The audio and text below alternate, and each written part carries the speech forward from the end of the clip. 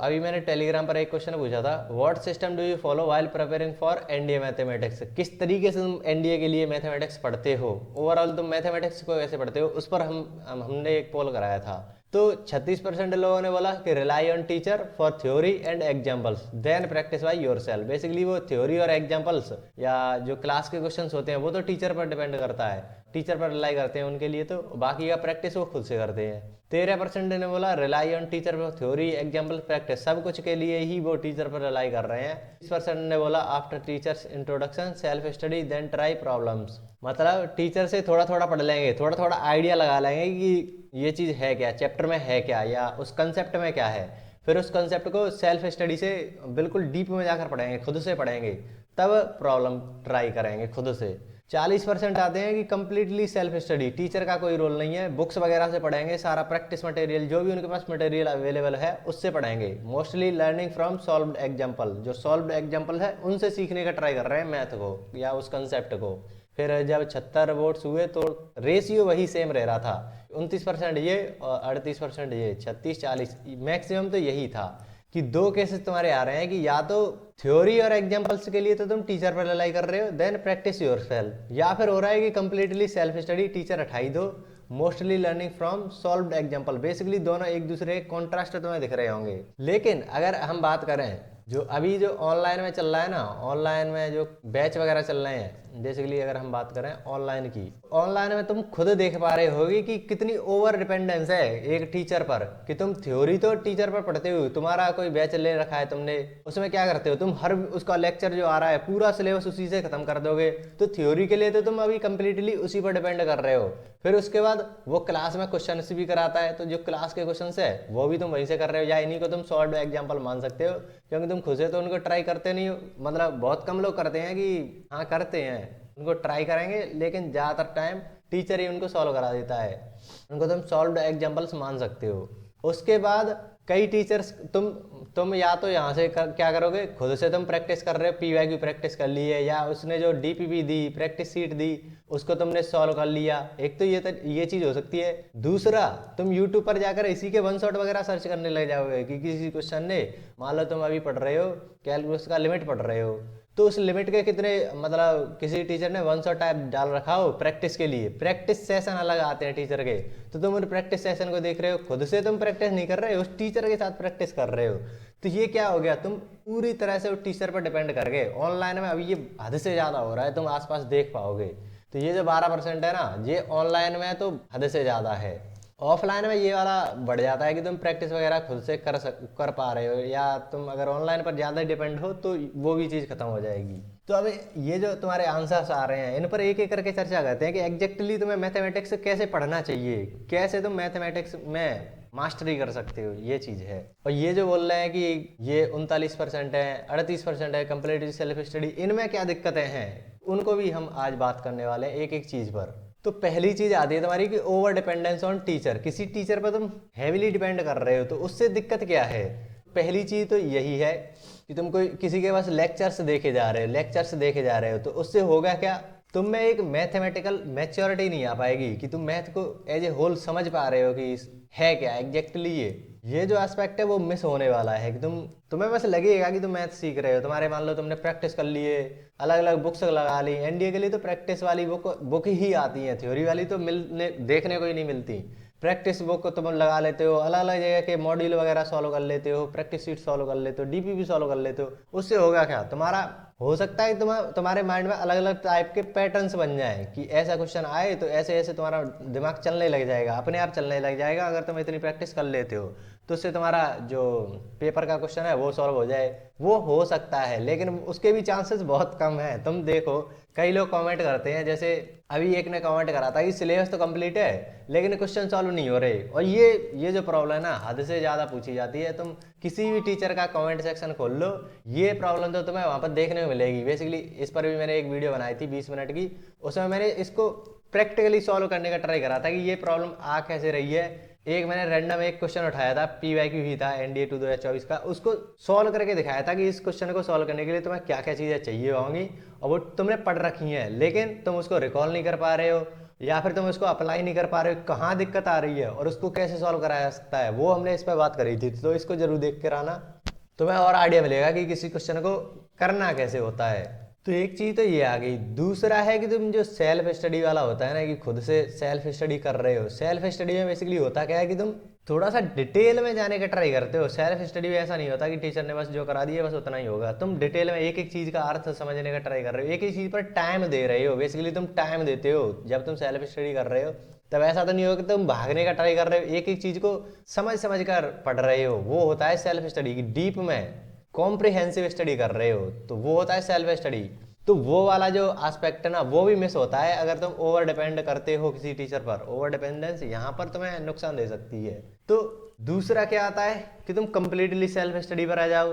तो अब इसमें क्या दिक्कत है? इसमें तुम्हें दिक्कत कुछ नहीं है। सेल्फ स्टडी बेस्ट है अगर तुम बोला जाए कि तुम बुक्स वगैरह से खुद से चीज़ों को समझने का ट्राई कर रहे हो, प्रैक्टिस वगैरह तुम खुद से ट्राई कर रहे हो, क्वेश्चंस में पैटर्न ढूंढ रहे हो कि अच्छा मैंने वहां पर ये करा था तो ये चीज़ यहाँ पे भी लग गई, ऑब्जर्वेशंस कर रहे हो।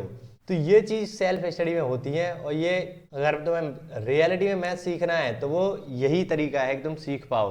एग्जैक्ट यही तरीका नहीं है, इसमें भी कुछ दिक्कत है। एक तो तुम्हें टीचर का पर्सपेक्टिव है वो बिल्कुल मिल ही नहीं पा रहा है। टीचर क्या है? एक मैथमेटिकली मैच्योर्ड पर्सन है, मैथमेटिकली मैच्योर्ड पर्सन है वो। तो उसने, तुम किसी चैप्टर को, मान लो तुमने कोई कंसेप्ट पढ़ा, उसको टीचर ने भी पढ़ा होगा, टीचर ने तुमसे ज्यादा टाइम दिया है उस पर, तो उसका जो पर्सपेक्टिव है वो जानना तुम्हें जरूरी है। तो जो पर्सपेक्टिव होता है ना एक मैथमेटिकली मैच्योर्ड पर्सन का, वो जो पर्सपेक्टिव है वो तुम मिस कर रहे हो यहाँ पर। आइडियल सिनेरियो क्या हो सकता है कि तुमने जो टीचर से मान लो किसी कंसेप्ट का या चैप्टर का इंट्रोडक्शन पढ़ा, उसके बाद तुम सेल्फ स्टडी पढ़ रहे हो, सेल्फ स्टडी कर रहे हो, और उसके बाद तुम प्रैक्टिस कर रहे हो। तो बेसिकली ये जो फ्रेमवर्क है ना, ये जो एक फॉर्मेट है, उसमें तुम पढ़ाई कर सकते हो, लेकिन ये आइडियल है। अब इसमें भी तुम क्या क्या चीज़ें कर सकते हो वो देखो। तो सबसे पहली चीज़ है, इससे भी पहले एक और चीज़ है कि तुम किसी टीचर को, ढंग का टीचर चुन लो जो तुम्हें चीज़ों को कनेक्ट करके समझा पाए। बेसिकली तुम्हें समझा पाए, समझने के लिए टीचर को देखो। ऐसा नहीं है कि वो तुम्हारे 50 क्वेश्चन करा दे तो वो टीचर बेस्ट है, ऐसा नहीं है। वो चीज़ों को समझा पाए तुम्हें, वो होता है। तो मान लो तुमने किसी टीचर से उस टॉपिक को थोड़ा बहुत तुम्हें आइडिया लग गया कि इस टॉपिक में ये चीज़ें हैं, उसके बाद एक बढ़िया सी टेक्स्ट बुक उठाओ, जिससे तुम थ्योरी वाली टेक्स्ट बुक की बात कर रहा हूँ, जिसमें कॉम्प्रिहेंसिव थ्योरी तुम्हें दी रखी हो, जिसे तुम डिटेल में समझ पाओ। तो उससे तुम सेल्फ स्टडी कर रहे हो, उस थ्योरी वाली बुक से तुम सेल्फ स्टडी कर रहे हो। उसके बाद थ्योरी वाली बुक नहीं, बेसिकली उसमें एग्जांपल्स वगैरह भी हो, उसके सॉल्व्ड एग्जांपल्स कर रहे हो। लेकिन अभी तुम देखोगे मार्केट में तुम्हारी एनडीए के लिए तो कोई थ्योरी की बुक है ही नहीं। सारी की सारी प्रैक्टिस बुक की, लास्ट 10 ईयर की, पता नहीं कौन कौन सी बुक्स चल रही हैं अभी के टाइम पर, तो थ्योरी वाली तो अभी है ही नहीं। तो क्या कर सकते हो तुम मैथ पे, मतलब तुम गूगल पर सिंपल कोई भी आर्टिकल सर्च कर सकते हो। जैसे मान लो मैं अभी फंक्शन पढ़ा रहा था, तो सिंपल तुमने डाल दिया व्हाट इज फंक्शन। स्टार्टिंग यहीं से होती है ना कि फंक्शन है क्या, या तुम बोल दो इंट्रोडक्शन टू फंक्शन, कुछ भी तुम लिख दो ऐसा ही कुछ, इंट्रोडक्शन टू फंक्शन। तो तुम्हें बहुत सारे आर्टिकल्स मिल जाएंगे। देखो ये कुछ यूनिवर्सिटीज़ की भी साइड मिल जाएंगी, वहाँ पर तुम फंक्शन को समझ सकते हो कि फंक्शन है क्या। ज़्यादा डिटेल में जाने की जरूरत नहीं है कि तुम्हें हैवी हो रहा हो। बहुत सारे आर्टिकल मिल जाएंगे जिसमें तुम्हें वो थ्योरी समझाई गई होगी, वो कॉन्सेप्ट समझाया गया होगा। तो ऐसा नहीं है कि कोई बुक नहीं है। एक देखो मैथ इज फन, ये साइड मुझे पर्सनली सही लगती है, जो बिगिनर्स हैं, जो मैथ सीखना चाह रहे हैं उनके लिए। तो इससे तुम पढ़ाई कर सकते हो, किसी भी कंसेप्ट को खुद से पढ़ सकते हो। तो वो चीज़ तो तुम्हें करनी पड़ेगी। कई सारे तुम्हें आर्टिकल्स वगैरह देखने पड़ेंगे, गूगल पर आर्टिकल सर्च कर लो, बुक्स वगैरह तुम्हें कई सारी मिल जाती हैं। जैसे मैंने तुम्हें सेट थ्योरी जब पढ़ा रहा था तब तुम्हें बताया था कि अगर तुम्हें इसको थोड़ा सा डीप में खुद से समझना है तो एक बुक आती है introduction to set theory, introduction to set theory करके बुक आती है, सेफ कुछ नाम था उसका, उसकी बुक आती है। तो उससे तुम समझोगे ना, तो वो 11-12 वाले बच्चों के लिए बेस्ट है अगर तुम्हें सेट थ्योरी समझनी है। तो वहां से तुम स्टडी करोगे ना, तो बिल्कुल एक एक चीज तुम्हें क्लियर होगी कि क्या है रियलिटी में, ये सेट थ्योरी है क्या। तो ये चीज कर सकते हो अगर तुम्हारे पास टेक्स्ट बुक नहीं है। अभी तो खैर एनडीए के लिए है नहीं। तो ये चीज करी कि टीचर का तुमने इंट्रोडक्शन देखा कि टीचर क्या करा रहा है, टीचर से पढ़ लिया एक बार, उसके बाद तुम खुद से उसको समझने का ट्राई कर रहे हो। या मान लो तुम्हारा कोई लेक्चर चल रहा है, मान लो तुम लेक्चर तुम्हें देख रहे हो किसी का, तो उसने मान लो तुम्हें फंक्शन बता दिया कि फंक्शन है क्या, डेफिनेशन वगैरह पढ़ा दी। तो अब वहीं रुककर थोड़ा सा गूगल वगैरह पर सर्च कर लो, उसी के आर्टिकल्स जो हैं, फंक्शन है क्या, तो उसके तुमने आर्टिकल सर्च कर लिए। रेंज, डोमेन रेंज ये क्या है, इनके तुमने आर्टिकल सर्च कर लिए टीचर के पढ़ाने के जस्ट बाद। तो उससे तुम्हें क्लैरिटी ज़्यादा मिलेगी, तुम डीप में चीज़ों को समझ पाओगे। आगे आता है कि try hard to understand the concept at your own, खुद से उन कंसेप्ट को समझने का ट्राई करो। जो भी तुम्हारे पास कंसेप्ट आ रहा है, मान लो ये तुम्हारे पास, जैसे मैंने अभी व्हाट इज फंक्शन डाला, तो ये तुम्हारे पास पूरा एक आर्टिकल निकल के आ गया। मैथ इज फन करके एक वेबसाइट है, उसको चेकआउट जरूर करना। तो इसमें एक एक चीज़ तुम्हें समझाई जा रही है। बेसिकली जो टीचर समझाता है ना, वैसे ही तुम्हें रिटन फॉर्मेट में कोई समझा रहा है। तो यहाँ से तुम्हें जो क्लैरिटी मिलने वाली है वो अलग लेवल की होगी। तो इसको तुम्हें ढंग से समझना है, थोड़ा सा डीप में जाकर समझना है एक एक चीज़ को। उसके बाद इसमें एग्जाम्पल्स वगैरह भी दे रखे होंगे, अगर नहीं दे रखे तो दे रखे होते हैं बेसिकली। किसी भी तुम देखो आर्टिकल वगैरह दिया रखा हो, उसमें तुम्हें सॉल्व्ड एग्जाम्पल दे रखे होंगे, या तुम खुद अलग एनसीईआरटी वगैरह है तो वहाँ से देख सकते हो। कई अलग अलग तरह की बुक्स मिल जाती हैं, तो उनके सॉल्व्ड एग्जाम्पल्स तुम कर सकते हो।